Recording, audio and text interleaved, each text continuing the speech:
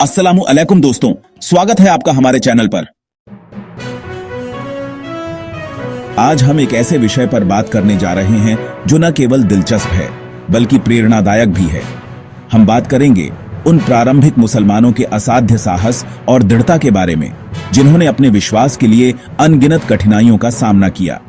आइए जानते हैं उनके अटल विश्वास और बलिदान के पीछे के कारण और उनकी कहानी जो आज भी हमें प्रेरणा देती है। तो चलिए शुरू करते हैं। यह स्वाभाविक है कि समझदार और शांतिप्रिय लोग उन कारणों पर गहरे चिंतन करें जिन्होंने प्रारंभिक मुसलमानों में असाधारण दृढ़ता और साहस को प्रेरणा दी।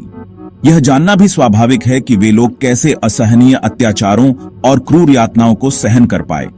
इन प्रश्नों के संबंध में हम इन मूल कारणों को संक्षिप्त में छूने का विचार करते हैं।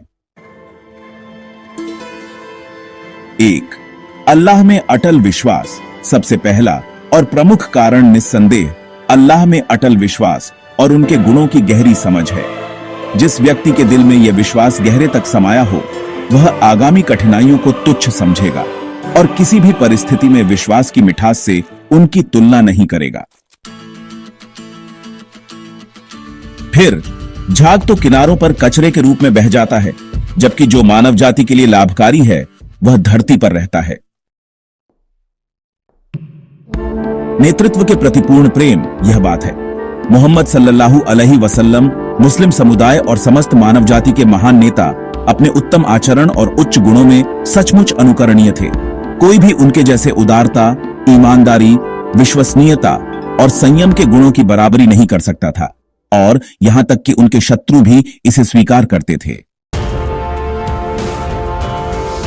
अबू जहल, जो इस्लाम का कट्टर शत्रु था, वह बार बार कहता था, ऐ मोहम्मद, हम तुम्हें झूठा नहीं कहते, बल्कि हम उस इस्लाम को अस्वीकार करते हैं जो तुम लेकर आए हो।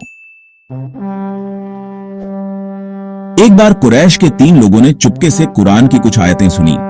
बाद में जब यह रहस्य खुला तो उनमें से एक ने अबू जहल से पूछा कि उसने जो सुना उसके बारे में क्या सोचता है।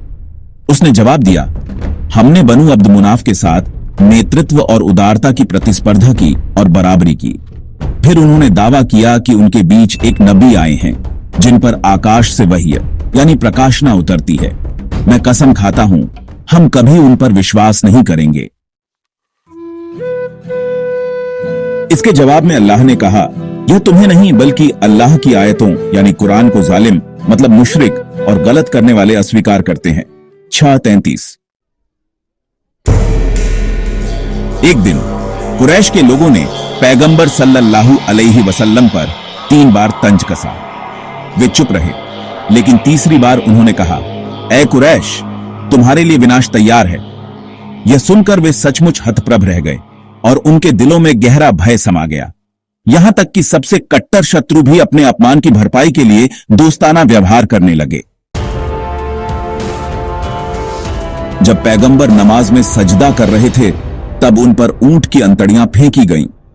उन्होंने अल्लाह से उनके लिए बद्दुआ की और तुरंत ही उनके शत्रु भय और चिंता में डूब गए, यह सोचकर कि उनका विनाश निश्चित है। उबई बिन खलफ हमेशा पैगंबर को मारने की धमकी देता था। एक बार पैगंबर ने जवाब दिया कि अल्लाह की इच्छा से वे उसे मारेंगे।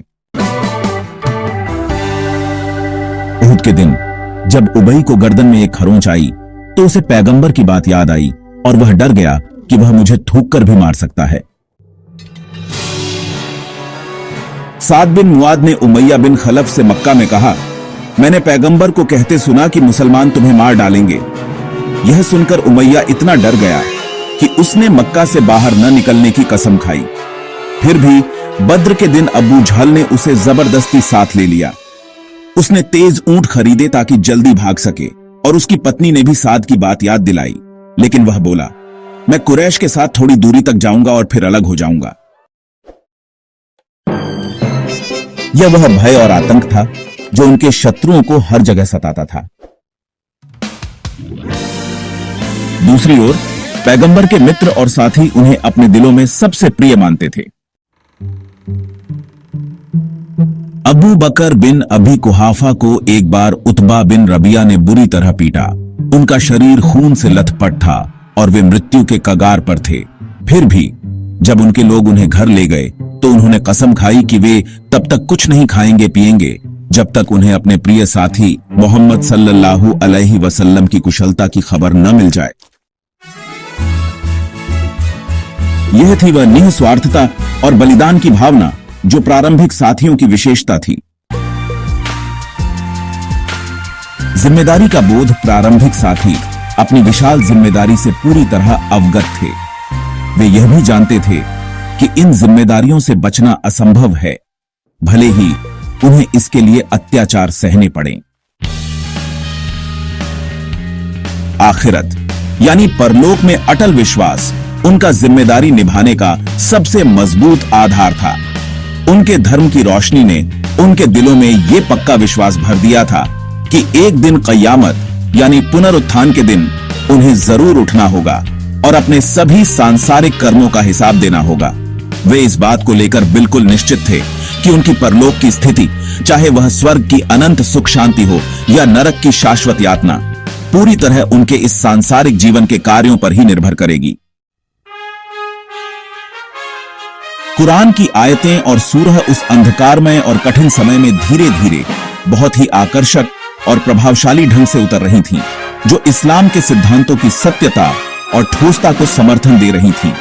ये आयतें सच कहें तो विश्वासियों के उत्साह को बढ़ाती थीं, उनके धैर्य और सहनशीलता को मजबूत करती थीं और उन्हें सबसे उद्देश्यपूर्ण उदाहरणों और प्रेरक निर्देशों से परिचित कराती थीं।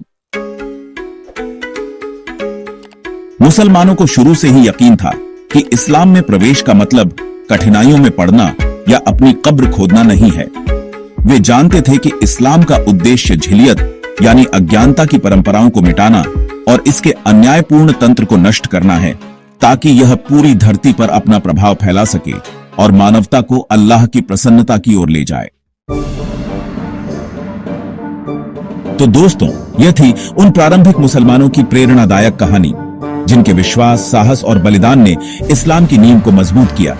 उनकी कहानी हमें सिखाती है कि सच्चाई और धैर्य के रास्ते पर चलकर हम किसी भी कठिनाई को पार कर सकते हैं।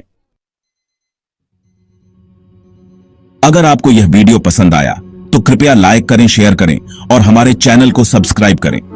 घंटी का बटन दबाना न भूलें ताकि आपको हमारे नए वीडियो की सूचना मिल सके। आपका कीमती समय देने के लिए धन्यवाद और हम फिर मिलेंगे एक नए वीडियो के साथ।